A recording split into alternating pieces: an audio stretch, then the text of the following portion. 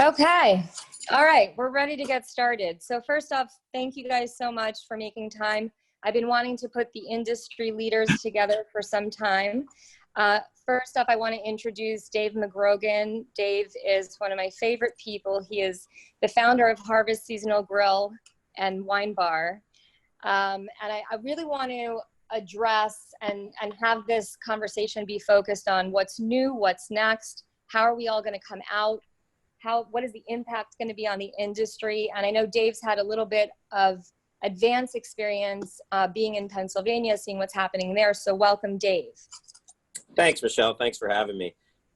Yeah, I think probably the best thing I could share with everybody on the phone is we operate in 3 states, but the equity group that we partner with operates in another 10 or 12 states. So we've been really watching every state and what they're trying to do, whether it's, Nashville, whether it's Maryland, whether it's the Jersey Shore. We had a business on the Jersey Shore as well. So what I can tell you is, and a good friend of mine runs Fleming's Steakhouse, and they opened Fleming's in Atlanta. And maybe I'll start with that because it's a little bit of good news for us restaurant owners, I think. Fleming's Atlanta opened, and they actually hit pretty close to their prior year sales on Friday and Saturday. That was a combination of about 60% dine-in and 40% takeout. And the one day was about a 50-50. So it appears that when you first relaunch your restaurant, that takeout and delivery is still an important part of the business model in the beginning. One, you're at limited capacity, so some people that wanted reservations couldn't get them, and they still order takeout or delivery. And 2, there's still going to be a certain segment of the population that is still wanting to stay home to quote unquote stay safe with this. So in Fleming's model for takeout and delivery, they didn't even have delivery. Their previous takeout model was only about 8% of sales. So Harvest, as an example of a brand, Del Rey Harvest, we actually have always done a pretty good job with delivery dudes, but takeout and delivery never even approached 20% of our business in that store. So we're probably pretty consistent with a little bit of what Fleming's has experienced. So at least we're optimistic that in Atlanta with the opening, and it appears their Tampa opening went well too. I'm waiting to hear back from my friend on Tampa. But the consumer came into the Atlanta Fleming's, they spent more, they stayed longer, they drank more, and they were also celebrating things. They were celebrating the birthday that they didn't get to celebrate a month ago. They were celebrating the graduation of the kid that didn't get to go back to college. Now, obviously that fits a little bit of the Fleming's model. But I think that's something we're going to see a lot. There's a lot of people right now that just had a birthday that they didn't get to celebrate and things like that. So there's going to be some of this catch-up time. The interesting thing in Atlanta, none of the customers were wearing masks. None of the customers had excessive concerns about COVID. None of the customers questioned the spacing out of tables and things. Now, Fleming's took a pretty aggressive approach, though. Their hosts were wearing masks. There were sanitation stations everywhere. People waited outside for their tables, not inside the restaurant. They spaced their tables 8 feet apart, not 6 feet apart. So pretty interesting, though, to hear that there was positive consumer sentiment. And as you would understand in a steakhouse like that, your demographic is a little bit older. And they were still they couldn't wait to get out. Business up north. That up north, the mentality right now is if you leave your house for anything non-essential, you're killing somebody and you're evil. It really has taken a really aggressive approach in Pennsylvania, New Jersey, and New York. And you see that on social media. You see shaming. You see pictures of kids at a park and people posting that on social media. And it's really been really aggressive up here. So in our approach at Harvest up north, our Florida stores closed last and they're going to open first. One of our stores is really in the epicenter of Pennsylvania. Montgomery County was the first county hit in Pennsylvania. We have a store right in the center of Montgomery County. That store may not open until mid-July at this point. Pennsylvania is talking about a 25% opening ratio. We've been pushing the governor's office to 50%. We're also pushing to try to get outdoor dining to be pretty much unlimited like we're seeing in Florida. But Pennsylvania is really on lockdown. And if you're familiar with Pennsylvania, Pittsburgh and Philadelphia have a pretty decent density, but everything in the middle. Everything in the middle is really pretty sparse. We have some counties in Pennsylvania that have only had 2 cases of COVID, but they're still in lockdown. And what we've seen in Pennsylvania is the majority of deaths and the majority of breakouts have been in nursing homes, but our general population is still locked down. So a bright point that happened yesterday, though, is the Jersey Shore will be open for business by June 6th at 65% capacity. So that's interesting because it's going to be very hard to keep Pennsylvania and the rest of New Jersey locked down if you can drive to the Jersey Shore and have a pretty normal experience. From a restaurant operations perspective, we're going to do all the disinfecting that you would expect us to do. We're going to do the social distancing of tables. We are very concerned about private dining. Private dining was $3 million of our business across our brand. Limitations on private dining, we expect to be a concern. Politically, Pennsylvania, we're not getting much relief. We're not getting communication with the governor's office. He's operating in his own, him and his health secretary are making every decision. The Republican state senators and lawmakers have really been pushing to try to help business, but everything that's come up has been shot down by Governor Wolf and Democratic elected officials. They're just of the belief that one death is a death too many, and we're going to shut things down as long as possible to prevent death, and that's their viewpoint. Florida, as you guys have seen, seems to be more approachable, some more progress being made, and I believe, and I think everybody on this call believes, that if you can safely shop at a Whole Foods, a Publix, a Target, or a Home Depot, us restaurant operators can certainly provide a safe dining experience controlled by reservations, controlled by flow, controlled by social distancing. A Home Depot doesn't make reservations and let you know where you can go sit or where you can be in a Home Depot. It's a free-for-all. There could be 1,000 people in a Home Depot at any given time, touching things and going everywhere. We're pretty set up in the restaurant industry to control flow pretty well in the beginning of this. So I'm hopeful that Florida gives us a good model, and what we're seeing in Atlanta gives us a good model to maybe help the Northeast. But what I can tell you is Pennsylvania, New Jersey, and New York, we are fighting really draconian lockdowns here.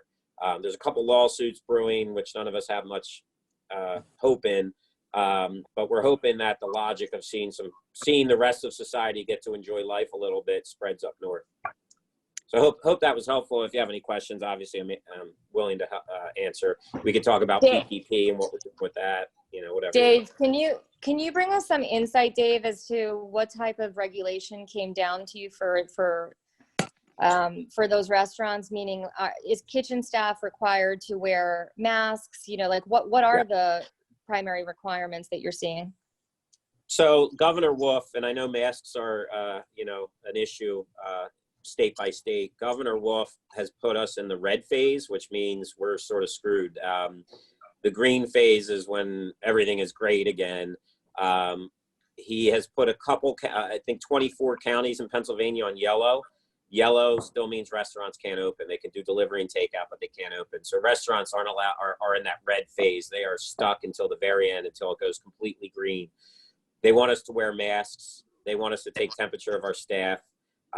They want us to, if there's an outbreak, they want us to control that area in terms of, let's say we had a guest that sat at table 55, and then they call us the next day and said, oh, I've been diagnosed with corona. We're supposed to, take those 3 or 4 booths in that area, seal them off for 24 hours. Nobody can go in there. And then after 24 hours, disinfect that area. Our servers are supposed to wear masks and gloves. Our cooks and chefs, everybody's supposed to wear masks and gloves. Our host stand, we're supposed to have hand sanitizer everywhere. It looks like we're not going to be able to use our bar space in the beginning. So it's pretty rough. And the negative in Pennsylvania is they're talking about 25% occupancy. They're not even talking about 50 right now.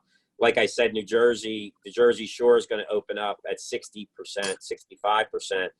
So that's pretty hopeful in New Jersey, especially with the amount of takeout they can do on the Jersey Shore. But yeah, Pennsylvania is really, really going super preventative in their measures here. Dave, what kind of sanitization procedures or extra procedures are you personally implementing? I mean, I know, you know, your whole brand is about health and wellness. What kind of actions are you personally taking in addition to what the requirements are? Yeah, so I'm sure everybody's seen the fogger machines and the ultraviolet lights and things like that. We've obviously gotten quotes on all of those. Most of our cleaning companies that we already contract with have bought that equipment, and it's food safe and it's sanitary. You know, Harvest is a natural brand, sort of an organic farm to table brand. So we're not happy doing that, but we're going to look at, you know, nightly disinfecting. We're going to look at ultraviolet lights in certain areas. Obviously, most of our restaurants have some capacity to open nano walls and windows. That is one of the things that they recommended in Pennsylvania. If you can open windows and doors, you open to create that airflow. One of the things we're going to promote, though, and anybody that's opened a restaurant in the past 10 or 15 years, you understand that we have these giant fresh air makeup requirements in restaurants. And that was back to the smoking days when you could smoke in restaurants. And what a surprise, once you couldn't smoke in restaurants, they never relaxed any of those fresh air requirements. So we're trying to explain to our guests that when you're sitting in a restaurant, you're not breathing recycled air. The amount of fresh air that comes into restaurants is really significant, and it's a lot. So we're going to do a video on that for our guests on our website to say, look, when you're in a restaurant, you're not breathing the air of the guy that's 6 tables away from you. This air is constantly circulating, and we have sensors that detect how many bodies are in the building and, you know, things like that. So I don't know if everybody saw that article that came out about somebody in China may have gotten it by sitting near somebody else in a restaurant, but that was probably one of those window units or wall units. It wasn't a circulating air system like we all probably put in our restaurant. So we're going to share that. We're also going to do a video showing disinfecting of the space, showing what our servers do, showing that, and we're going to put that on our websites, and we're going to send that to the press. But I think a big thing we're going to do is we want to build our restaurants for the next 20, 30 years. We're not going to be the first to open. So in Pennsylvania, if they tell me I can open June 15th, I'm not going to open until June 21st. I'm going to let other people open and be the victim of Keyboard Karen and the news story and all that inflammatory stuff that's going to come out week one. You know, week one, it's going to be your local NBC News affiliate is out front of a restaurant and they're interviewing somebody who got coronavirus or didn't wear their gloves or a mask. And there's going to be all that hype in the beginning. We're going to let that hype. We're not going to play into it. We're going to email all of our guests and explain that, listen, we're going to wait another week. And we're going to wait another week to make sure that all the standards are in place, that we're doing the right thing, because that first week of revenue is probably not going to be significant anyway. It's probably going to be a loss. So we're going to try to show our consumers and our community that we're slow rolling into this for their safety, even though I personally don't believe in it. I believe coronavirus is obviously real, but I don't believe that the risk is as big as Pennsylvania has made it.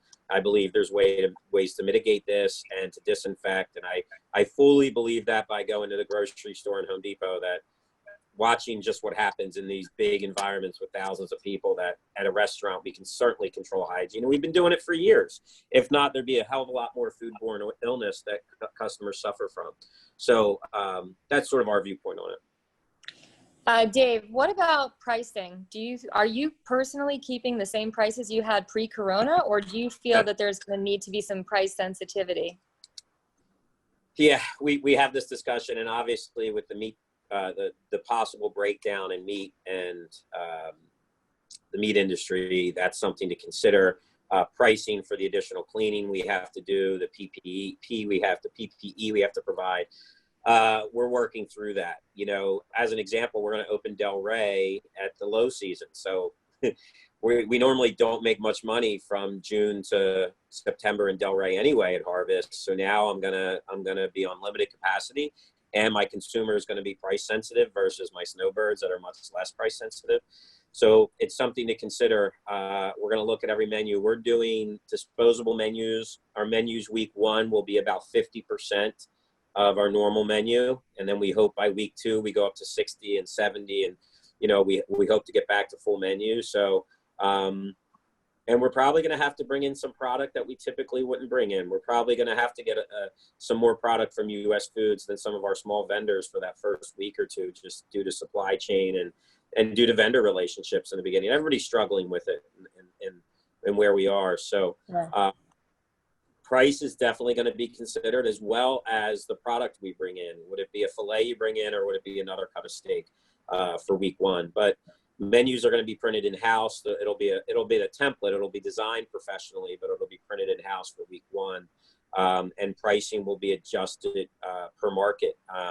Moorestown, New Jersey, Newtown, Bucks County, they're not price sensitive markets at all. Harrisburg, Pennsylvania is a price sensitive market. So we're gonna have to play that out market by market. The positive is with the PPP, if you extend some of that PPP forward, that should help you with labor costs.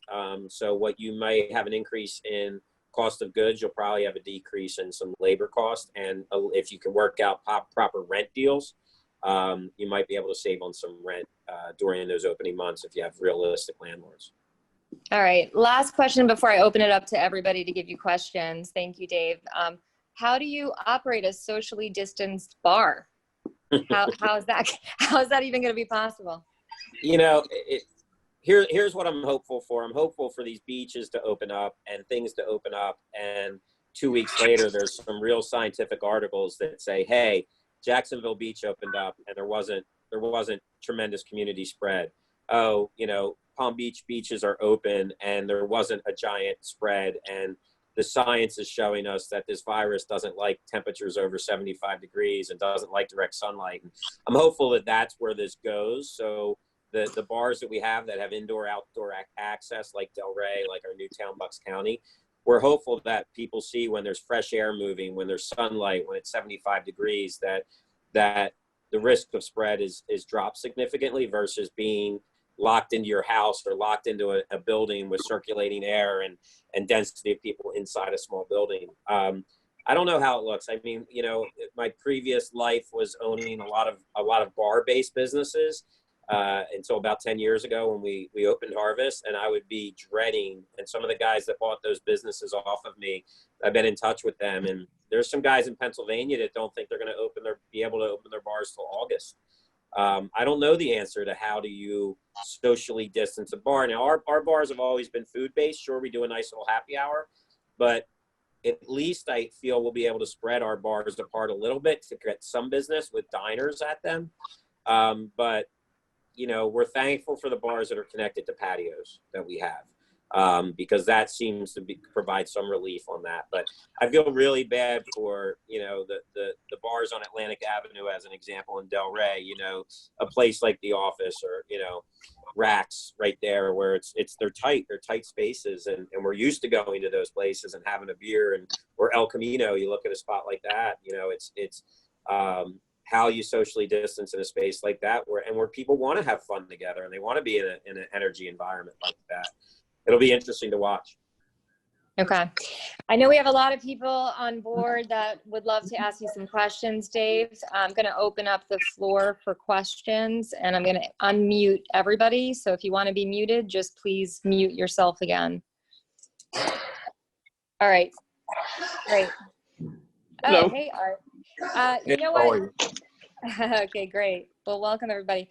So if you have a question for Dave on the restaurant and hospitality side of things, just introduce yourself and just say, you know, an association, where you're from, etc. Okay, maybe start from me. My name is Art. I own a Asian group called Lemongrass Asian Bistro. I have about probably 7 locations in South Florida, and then that's me. Okay. Hey, Art. Art, what's your question for Dave McGrogan? Well,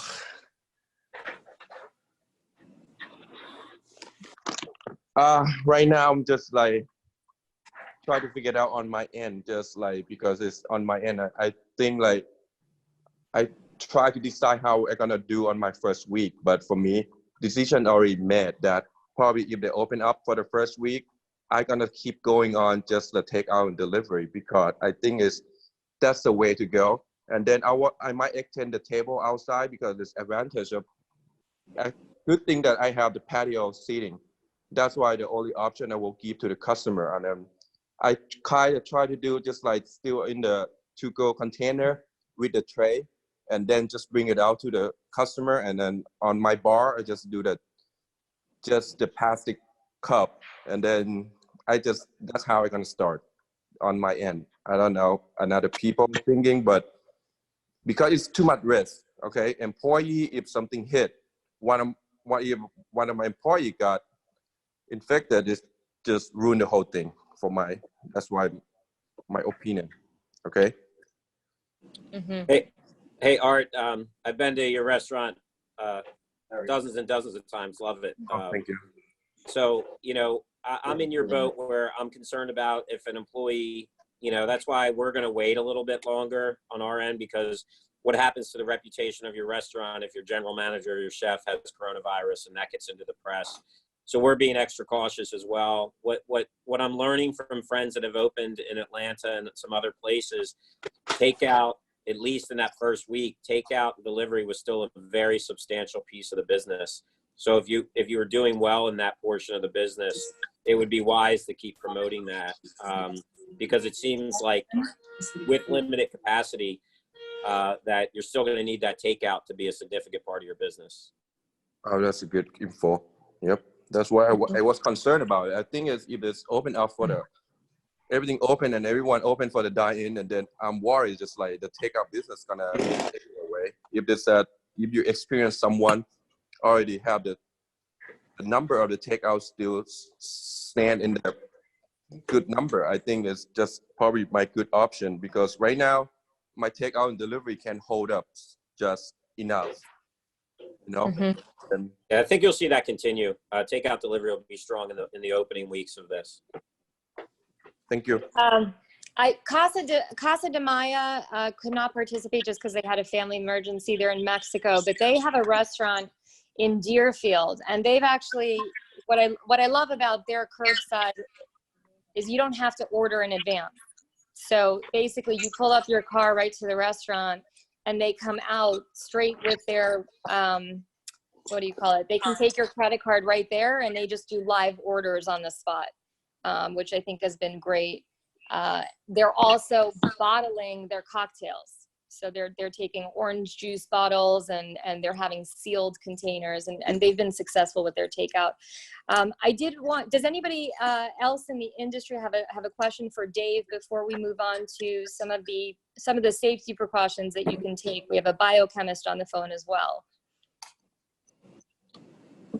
Michelle, I have one thing that would maybe Yes. be valuable for business owners, and a question maybe people are dealing with. There is some things to think about with your PPP funds, as we've seen with restaurants. If you're taking your PPP funds, the idea of trying to spend all that by the end of June when you're not even being able to open, you have to make a really intelligent decision between looking for total relief or spreading that labor dollar out over 3 or 4 months and having some loan on your book. And that's an economic decision you have to make based on the economics of your business. And we've looked at each individual store we've had to determine if we want to use those PPP dollars moving into July, August, and September versus just trying to hire people back right away. And the issue with it in Pennsylvania, I have dishwashers making $900 to $1,200 a week right now in unemployment. The Pennsylvania unemployment worked pretty well versus Florida's, and even Florida, there are some people that's worked out well for. So we're trying to figure out a way economically as well to take that PPP money, because you're allowed to use it for labor, and help you when it's July, August, and September, and you're relaunching your actual business versus using it all by July 1, and then you can't pay your bills in July and August. So something just to think about with PPP. And actually, Dave, your insight, being such a multi-unit operator, is interesting too from a real estate perspective. I mean, you don't have to go into personal, too many personal things, but are you seeing any leniency from your from your landlords? It's hysterical. There's landlords that are like, we get it, we're in this together. And there's landlords that have this crazy idea that they're going to hit their budget this year. And one of our centers in Montgomery County is owned by MetLife. And MetLife sent us this deferment form where they're like, look, we'll defer April, May, June, but you have to have that all paid back by January of 2021. And I'm like, yeah, so you guys can hit your budget. Like, you're absolutely kidding if you think I'm going to reopen my store on these terms. So I reopened in July at 25% capacity, and I'm paying my regular rent plus another third of another month. I'm like, you're on drugs. So listen, we've had landlords work with us, and we've had landlords try to be a little difficult, and we have let them know where that store ranks in our system. We've let them know what our guarantee is, and we've let them know we don't want to be greedy, but we're not going to sink our ship to make one landlord happy. We're gonna look at each store individually, and the stores where the landlords work with us the most and the best, we're gonna put as many resources into those stores. So it's the question of, do you want me to be your tenant for the next 20 years, or do you want to hit your budget for 2020?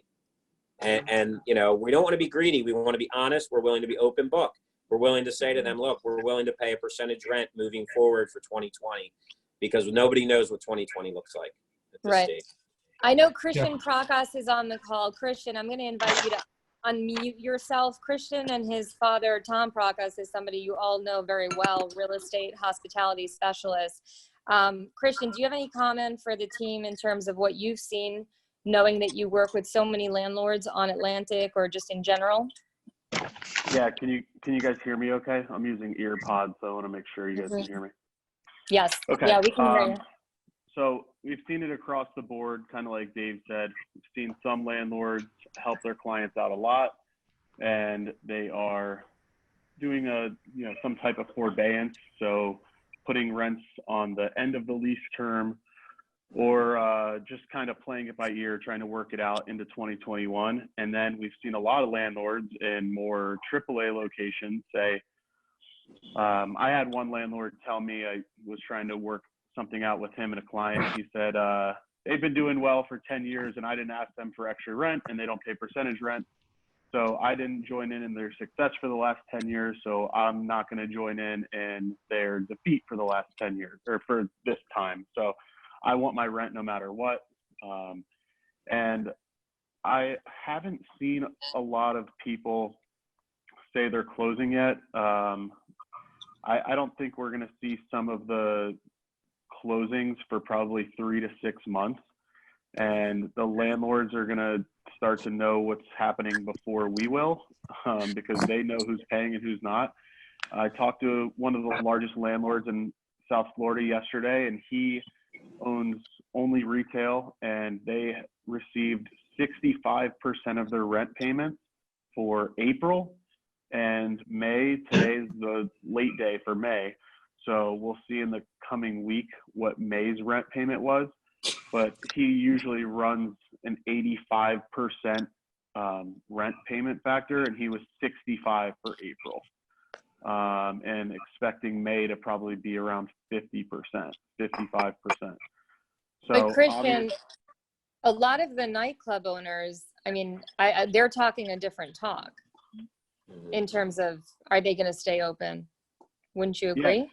So yeah, just in Delray alone, I know they have told, in downtown Delray at least, they've told restaurant owners shoot for June 1st opening.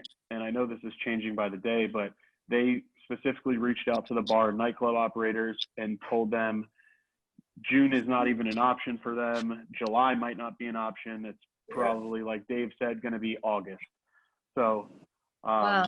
Obviously Dave knows Tin Roof very well. So do you, some guys on here.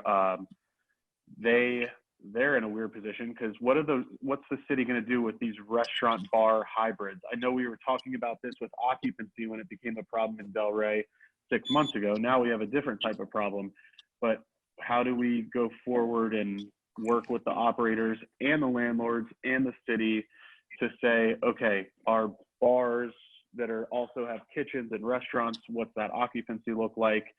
How do we figure that out? I mean, there's no way to stop people congregating if you let them into a bar type restaurant situation at night when there's live music, and you're not going to keep people 6 feet away. So how? I think that's so ironic, because, and I spoke to Bob, he apologizes he couldn't be on, but he was texting with me, and he says hello to everybody. I personally see people doing standing happy hours. Like, I feel that people are more comfortable actually sitting outside or standing outside. And it's going to take a little bit of time for them to feel comfortable being inside. David, is there any argument for that? Yeah, listen, touching on the real estate thing real quick too, that Christian brought up, JLL's report came out that in April they collected 33% of their rents. So that tells you that Target, Home Depot, these guys paid, and none of their small retailers and none of their restaurants paid. So listen, the thing that I'm hopeful for and what we're seeing up here, and I like to use the Northeast as a good example for Florida, because the Northeast has had much more belief of lock this thing down forever. In the Northeast, they're still talking about not opening schools this fall in the Northeast. This all of a sudden excitement of opening the Jersey Shore is so interesting to watch. And I have a home on the Jersey Shore near Avalon. And I have friends that have a home in Wildwood, and Wildwood's opening the boardwalk this week. And there's people complaining about it. And now there's this whole group of people on Facebook saying, stay home. If you don't like it, stay home. I want to go outside and I want to enjoy this. And I think that there's a huge political part to this, which is when there's enough votes to start going in the other direction, you'll be amazed to see what politicians do. And I think it's going to be really hard to say, I was just on the beach with 800 people, but I can't go have a beer at Tin Roof. This doesn't make any sense to me. And hopefully that's how it changes. But, I feel really, really bad for the bar owners, because it's going to be, I'm only hopeful that it's citizens getting so outraged and frustrated that their politicians that have been really restrictive in this process finally get the message that, this is more of an elderly issue. There's a lot of nursing homes. It's a lot of things. And that community spread has been dropped to help the healthcare system. That was our promise. We help the healthcare system. And hopefully we see public spaces become crowded, not having a surge of cases. And we can take that argument in to say, if there's 100 people at this park, why can't there be 50 people at the Tin Roof?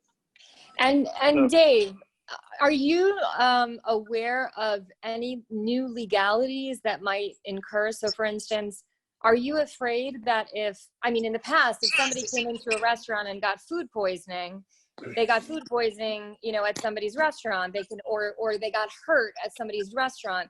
Does anybody know? Because I've been speaking to some attorneys and I'm not clear on what the rules are.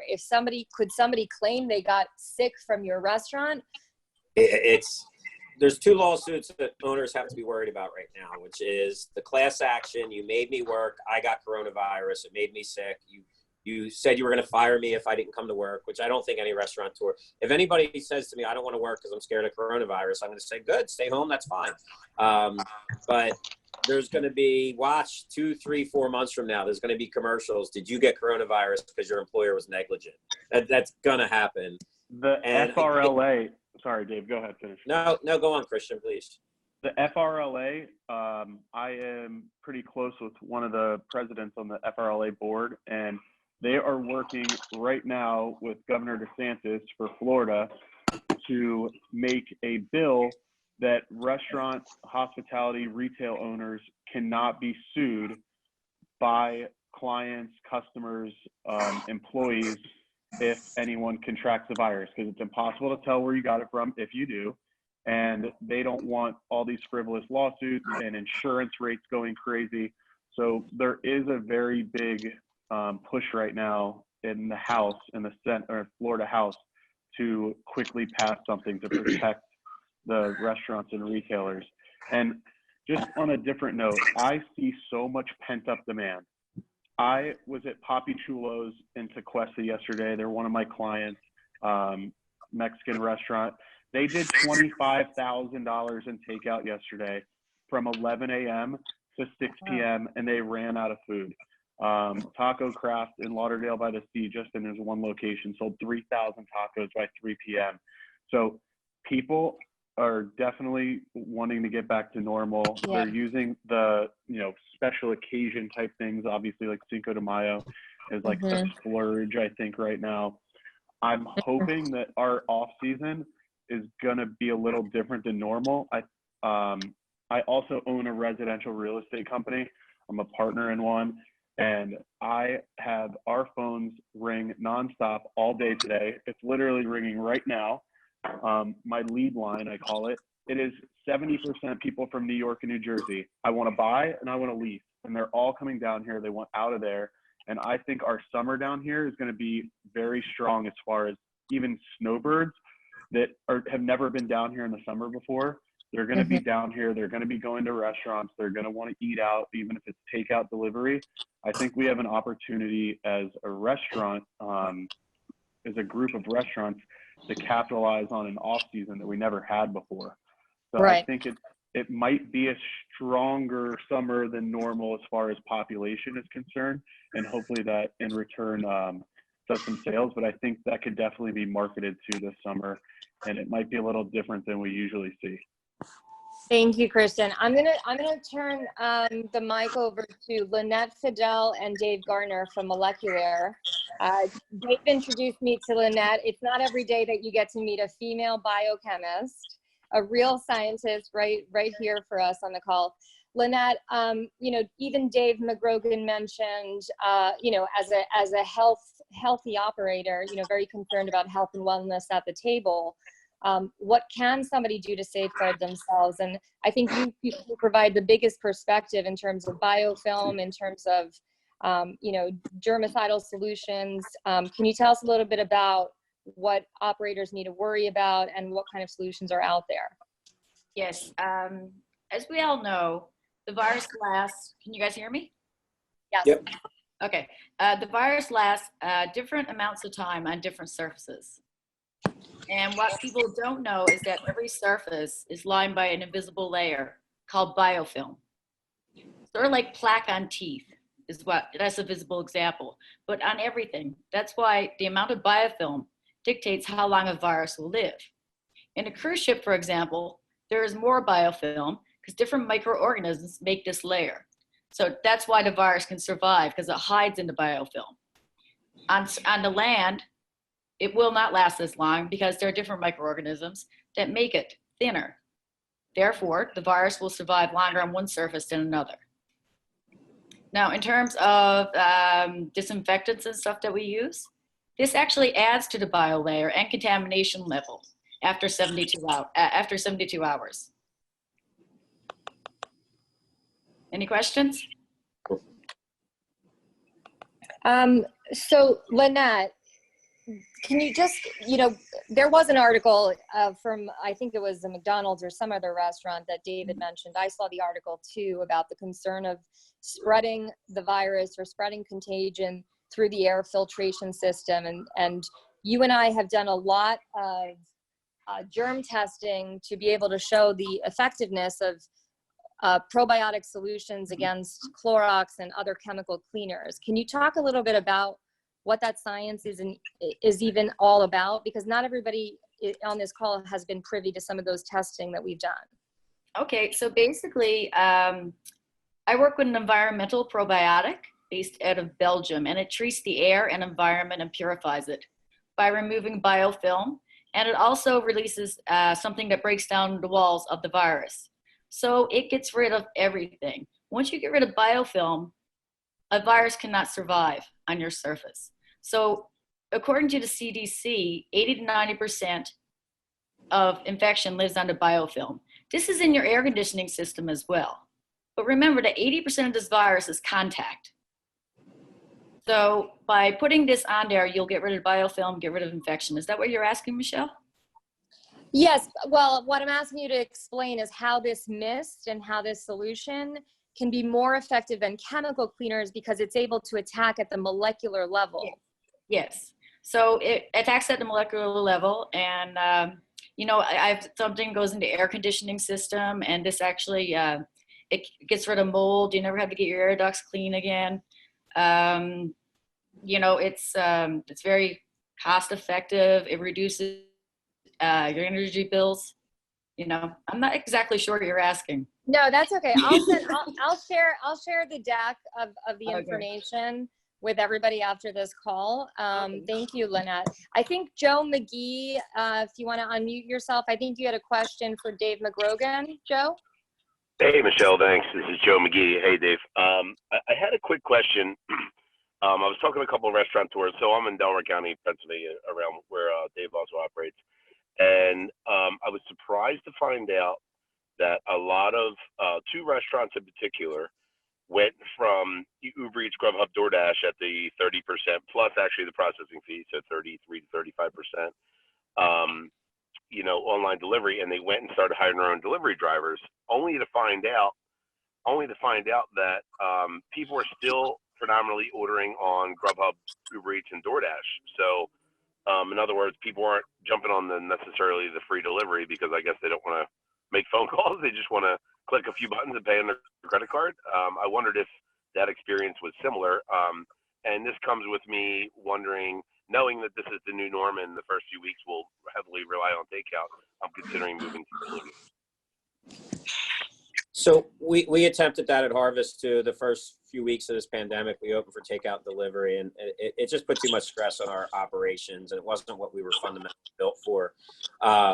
And we hired our servers to be delivery drivers, and they came in with their cars, and we got them on our insurance and said, hey, you can make money doing delivery and blah, blah, blah. Everybody still ordered from DoorDash and Grubhub, and it's the app. It's the people that are used to having the app. And I think just like OpenTable, how many people use OpenTable to make a reservation versus calling your host stand? So yeah, I mean, we've seen some local people here do some delivery with their staff that people like, but we've been trying to push people to we did a really good and effective curbside pickup that actually was very effective. And in a few of our stores it was actually profitable and it worked. We just decided that we wanted to just shut it all down instead of having a few stores open and the risk of people getting sick. So it was interesting that as we set up a better, more efficient curbside where you literally pulled up and there were cones and we just brought your stuff out, sealed in a bag. The bag was stapled. You already paid over the phone.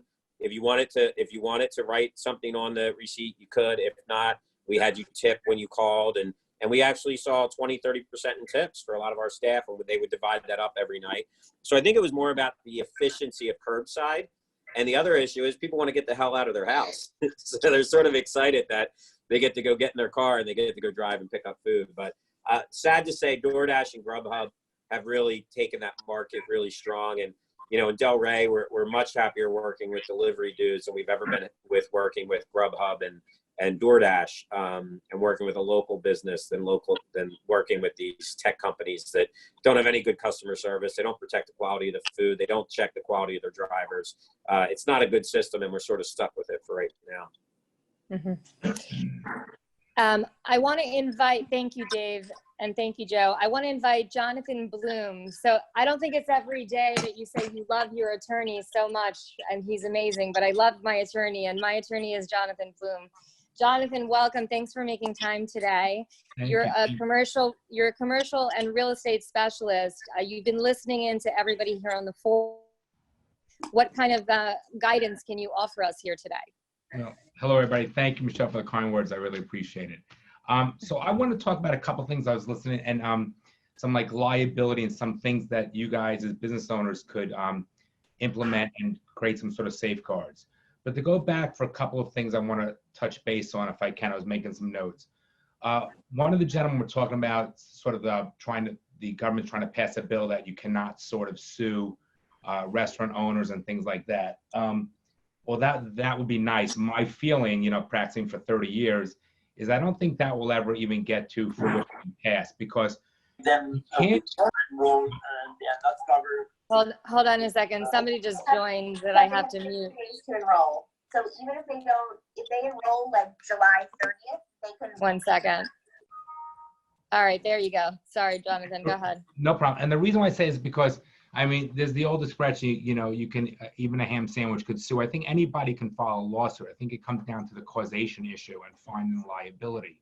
So something, for example, maybe like food poisoning might be a greater thing to show if somebody ate at a restaurant the day before, the night before, and obtained food poisoning. But it's something like this where you have this COVID and not knowing how or where or even when they contracted it.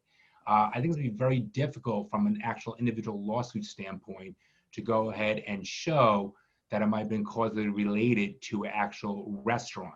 However, you could still, in fact, get sued related to that, but then you have to show that there's actual liability and causation, then they have to have the actual damages. So I'm not here to say that it's there's anything you could do in essence to really avoid it. There's things you can do to sort of mitigate it and so forth, and we'll talk about that in a moment.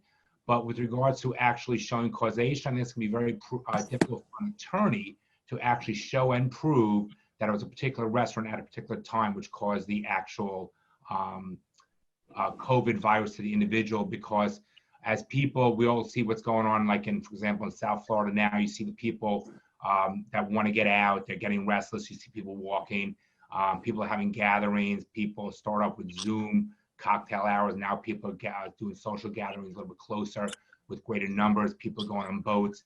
It's going to be very hard and difficult for a plaintiff's attorney to actually show that it was an underlying restaurant that caused the actual COVID virus to the individual.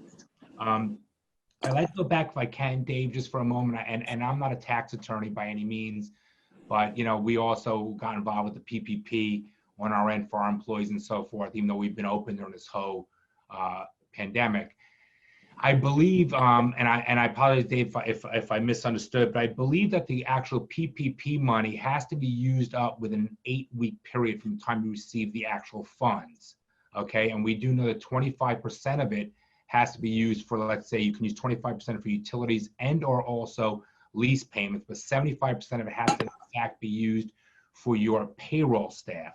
So if you open up sooner than later, it becomes an advantage to you. But if not, I don't think you can drag that money out to, let's say, 12 weeks or 14 or 16 weeks, because when the SBA eventually does do it, and it will be a major cluster, you know what, when they try to do their audit, right. I think it has to be used within an 8-week period, just to keep that in mind for your employees. So the 8-week period is there for forgiveness, and Steve Rockwell's on the phone here as well, and he's our CFO, and we've dealt with dozens of attorneys on this, SBA attorneys, and we're partially owned by an equity group that has about another 40 restaurants. And your biggest thing with the SBA is, number one, it has to be for approved uses, right? So at least 75% has to go for labor. It can be 80% or 85, but it can't be under 75, right? So stage one of the PPP is 75% is labor, 25% is for utilities, rents, taxes. So like we talked about, we're going to go to our landlords and say, look, here's your share of PPP. You know, we want to write you this check, and we want to give you this, and then we want to work with you on these opening months because of limited capacity. But we're going to give you what legally we should give you for rent, and we're going to use this for utilities. And here's all of our historical data, right? On the labor side, and the CEO of Juniors was on CNBC talking about this, and a few other restaurateurs, and it shocked the host of CNBC, because the perception is, oh, I'm going to get my PPP money, I'm just going to hire everybody back. Well, in Pennsylvania, my dishwasher doesn't want to come back for $450 a week when he's making $1,200 a week. So we are sending out a notice to every single employee saying, you know, you are welcome to be hired back. These are the rates. These are this. If you're not going to be hired back, you need to tell us that you're turning this down. The negative in Pennsylvania, which is way different than Florida, is Governor Wolf has told us if we notify the Pennsylvania unemployment that somebody was offered their job back and they decline it, he is not removing them from unemployment. So that's technically breaking the Pennsylvania law, but we have no way to win that. So in Pennsylvania, we're going to notify, let's say 30 of our employees say they don't want to come back for one of our stores. We're going to notify Pennsylvania, and we're going to have that documentation that the job was offered back, the employee turned it down. We're going to document that we notified unemployment. But what we have read and what we've talked with attorneys is, if we extend that money out to July, August, September, and use it for the proper use of payroll, it's going to be not forgiven, but it's not an illegal use of the funds. So what will end up happening, let's just say we have a $200,000 PPP at one of our restaurants. Let's say 80,000 of that wasn't used within the proper timeline, didn't use this, and we may end up with forgiveness on a portion of that loan and then have a 2-year loan on our books that we have to refi out. Right. We're looking at the economics of each restaurant to determine that. So the most important thing we've been told by every attorney is, do not use that money to buy food. Do not use that money to pay for this. Do not use that money to buy bags and napkins and things. You got to use that money for utilities, rent, health insurance, and payroll. But extending it out is still a legal use of it, but now you've lost the forgiveness factor. And for me, if I get 100% forgiveness of a restaurant, but then I have to close my doors July 15th because I have no money to pay payroll, it's not a smart move. And we're looking at that store by store by store to determine if we're going to go for 100% forgiveness or if we're going to go for a partial forgiveness. Right, and I agree, and I just wanted to just clarify that, correct, because it has to be used within the 8 weeks in order for that portion to be forgiven, and it's such a small interest rate, so if you choose not to, that's just a business or economic decision that each business restaurant owner can decide, because it's basically still, the interest rate is so low and payable over the period of time, it's basically free money. So I just wanted to clarify that issue. Yep. Some things I want to bring to your attention as well is, this is obviously a whole new arena that everybody's involved with. So this, no one knows what the future really holds and what's going to happen from a legal standpoint with regards to that. What I would recommend to every business owner is speak to your insurance company. Okay, and when I say speak to them, after you speak to the insurance company, confirm it in writing, whether it's in form of an email or a letter, because this way you have it in writing. If there's ever an issue down the road, you can always make an E&O claim against your insurance company. But I like to put things in writing after you confirm in a conversation. And speak to your insurance company to find out what procedures or protocol they require from you as a business owner as well, because you want to make sure that you're acting what's called a reasonable fashion. What does that even mean? I don't know, but that's a big legal term of art. So when you space out your place, or I recommend you keep sanitary, your place obviously in a sanitary fashion, you have proper written procedures in place. It's a good idea to take the temperature. It doesn't cost anything to do with your employees and so forth, because what they're going to try to do, there has to be liability as well in order for there to be a legal action. And if you show you act in a reasonable fashion, okay, then there can't be liability. So I would speak to your insurance company as well for the following reasons. One is to find out on the issue of what coverages you have for that kind of potential future lawsuit, because now your new policy that will go into effect when they expire might have an exclusion, or there might be a rider that you can pay additional more for that endorsement to make sure you have the certain kind of coverage in place. And two is to find out if they have any written procedures in place that they recommend, and you follow it as well, because insurance companies are always looking for ways to deny coverage to their insureds, unfortunately. So you want to make sure you're protected in that regard as well. For example, I don't know if any of you have tried to go out to with your insurance company, make a claim for, let's say, business interruption insurance. And if you notice that you might have thought you would have gotten that business interruption insurance, let's say like a hurricane or property damage to your place, well, you'll notice these carriers are denying under this business interruption insurance disclaimer, because they're saying there was no physical damage related to causing the interruption. So ask your insurance agent or broker specific questions, so you can head off at the past and the future potential risks and exposures, and make sure they properly cover you when you need the coverage in place. Jonathan, I'm sorry, Michelle, but Jonathan, can I ask you a question on this real quick? So in Pennsylvania and New Jersey, we're actually seeing some good headway. The Pennsylvania Supreme Court denied a business owner the right to open, and in their language, they classified coronavirus as a natural disaster, which was not the way it's been classified. It's been classified as a virus, and that's a lot of these insurance companies got now. So there's now several attorneys in Pennsylvania that think there's a really good case, and New Jersey, to be able to sue the insurance company for your business interruption, because it's now been classified by the Supreme Court of Pennsylvania as a natural disaster. So they're going down that path. And we've sent all of our insurance documents to our attorneys. And, again, there's this energy building, at least in the Northeast, that there's going to be some sort of insurance settlements, maybe even government backed, because of the prolonged nature of this. Not hearing similar to that in Florida. What are you hearing in Florida on, is there any recourses or any cases being done yet? I know Thomas Keller did in California and things like that in a few other states, but are you hearing that at all in Florida about business interruption insurance? Okay, so the answer is no, I haven't heard anything just yet, because I think it's still too early, and to get some sort of ruling as to what the end result, because litigation takes quite some time. I do believe that there will be a lot of lawsuits, and there will be some sort of case law made with regards to particular this virus issue. I don't think the outcome is yet. Florida is more of a liberal type state than, let's say, something like, for example, like New York and so forth, because for example, we're all aware of this force majeure provision in these commercial leases. And you have issues with regards to that, whether or not this falls under force majeure. And Florida there's a lot of case law with regards to that in Florida dealing with hurricanes and so forth, but not related to a particular virus. So I think there will be case law made in the future. I think Florida will be, my opinion, based on Florida's prior rulings and their position, Florida will be a little more liberal, and will probably the businesses will prevail, I think, on those cases. But the insurance companies are 100% going to fight it to the end, because they can't afford to reach these settlements or to make this sort of case law, so to speak. So I think that they will fight it. I do believe that, going back to, let's say, the lease issues, when the other gentleman was talking about, and some landlords are working with the individual tenants, some are not. I do believe that this mandate by the governor to shut down these businesses clearly falls within the force majeure provision. Even if you don't have a force majeure provision in your actual underlying lease, there's a public policy argument to make as well. But then again, you got to look at an economic standpoint, because you have a legal to litigate, and you might even be in the right from a litigation standpoint.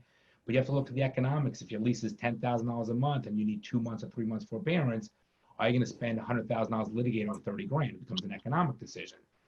So it all varies on what kind of buying power you have, how many tenants you have, what your position is, what kind of guarantee you have, and so forth. But it's interesting what's going to happen with the future. But I think from a liability standpoint, I think, make sure you have a written procedure in place for your employees. They acknowledge it. They either sign off with regards to that they've understood the written procedure. Maybe something to the fact that if they feel sick or they have a fever, whatever it is, they have to inform you, make sure they don't come in, make sure you take temperatures, things that you would, you have to act in a reasonable fashion, and try to put yourself in a consumer's position. When someone coming into the restaurant, how would you want the restaurant to be?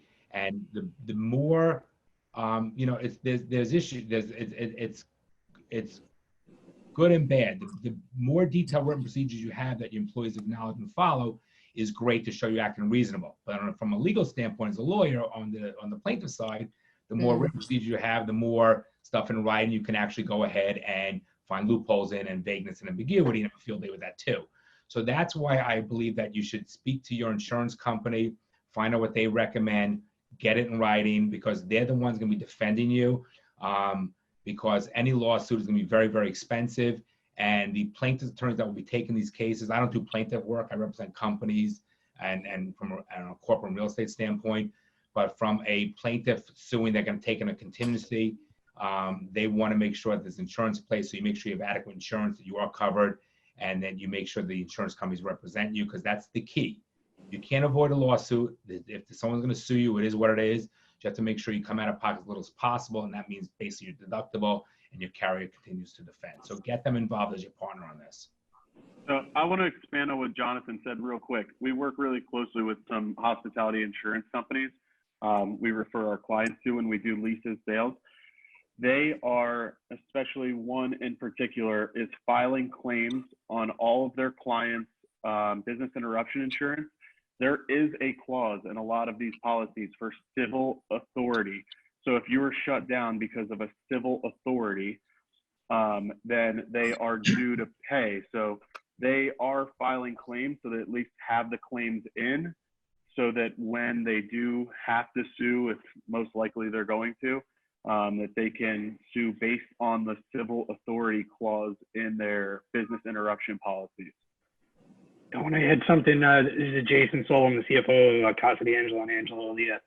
We've actually retained an attorney that kind of made his name doing BI claims for Hurricane Katrina. And he felt we had a very good case as far as the civil authority provision.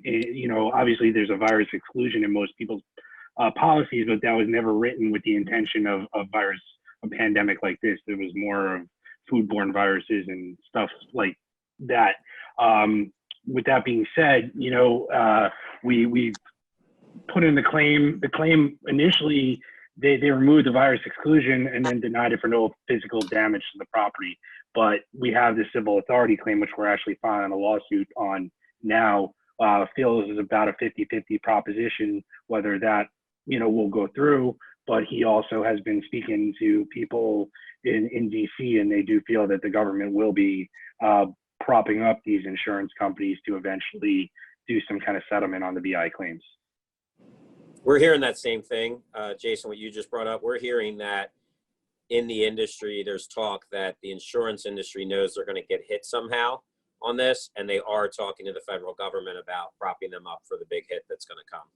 They should get hit. Everyone pays into them forever and they never pay out. So they should get hit. I know Trump's been pushing it too and saying that he's going to make sure that the insurance pay out to the retailer. So we'll see what happens. All right, I want to be mindful of time. Thank you so much. We have two people that have comments. Adam has a question for Lynette, and then we have Tom Prakas that would like to speak as well. Yeah, thanks. Can you all hear me? Is this good? Yes. Yes. Okay. Lynette, I know obviously, cleaning is a major concern, especially up here in the New Jersey area, New York area. You had mentioned something about these probiotic cleaners. So if you don't mind, I kind of have a quick 3-part question. I'll keep it quick. Can you explain the difference between that and like the Lysol or Clorox or those types of products that are currently being used to disinfect it? Also, is this just known in the scientific community, or are there actual studies to show that these cleansers work better? And at the same time, you had mentioned something about filters and things. So is this an HVAC unit? Is this more of a, everyday cleaning type product? How much space does it cover? Can you fill us in a little bit more? Okay, so your first question was about this versus traditional cleaners, right?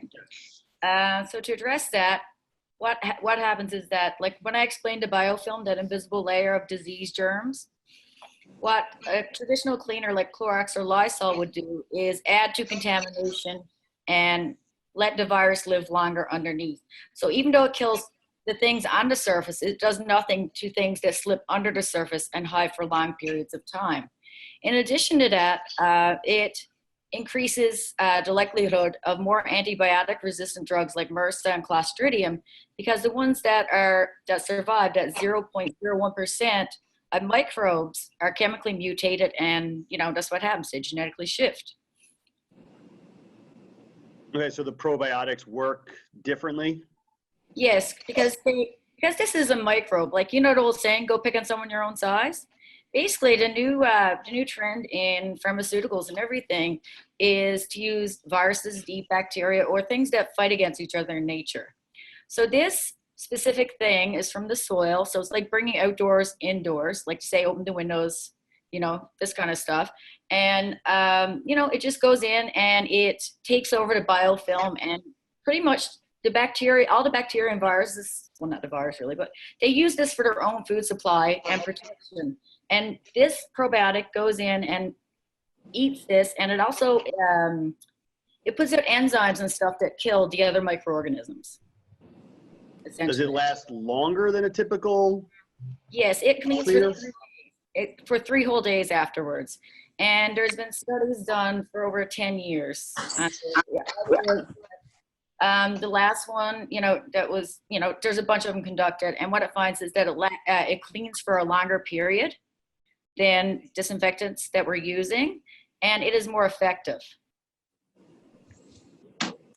And I've done the testing, so cleaners and HVAC things, and so this is for everything. It's not just one or the other. No.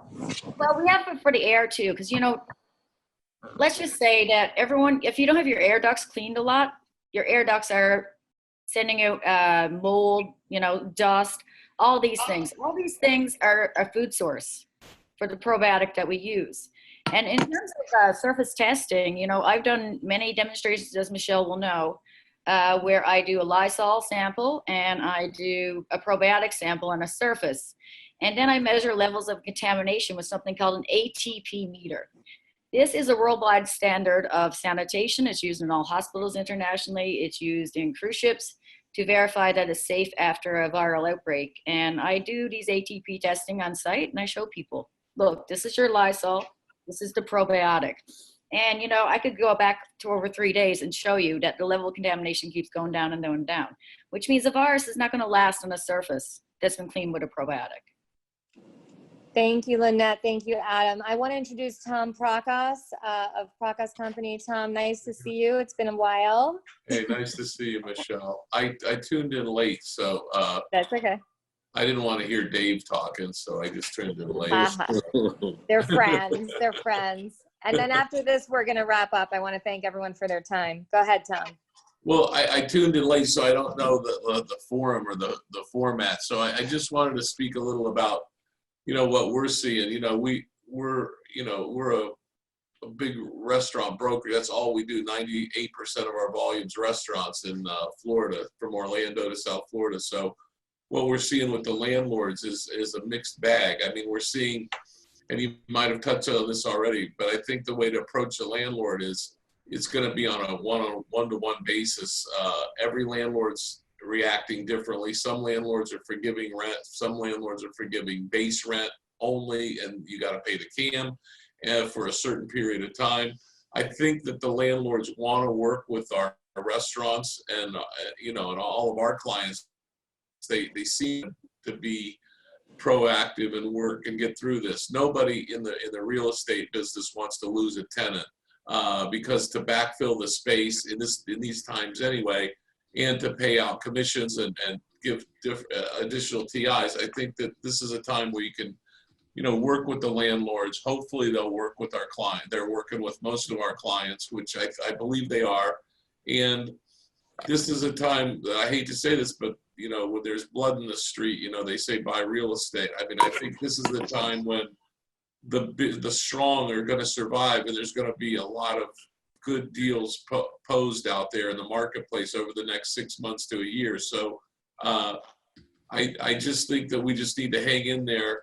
I feel really bad because I think the attrition rate is going to be 25–30% of the restaurants and retail are not going to reopen in the next 6 months. And my biggest concern for our restaurant guys are moving forward, the way they're opening up the staggered opening of 25%, 50%, and you have to close the bars, you have to stay 6 feet apart in the distancing.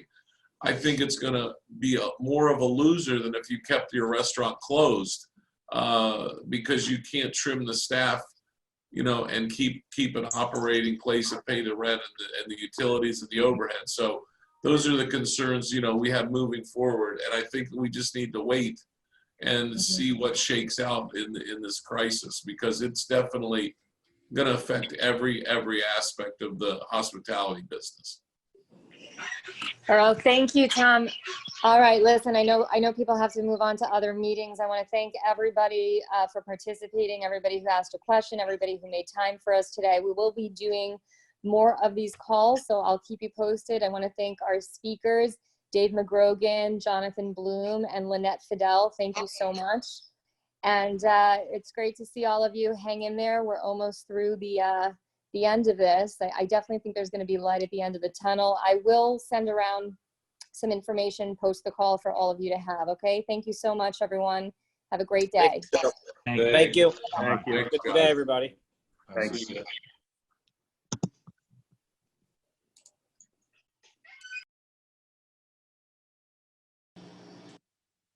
Thanks, Michelle.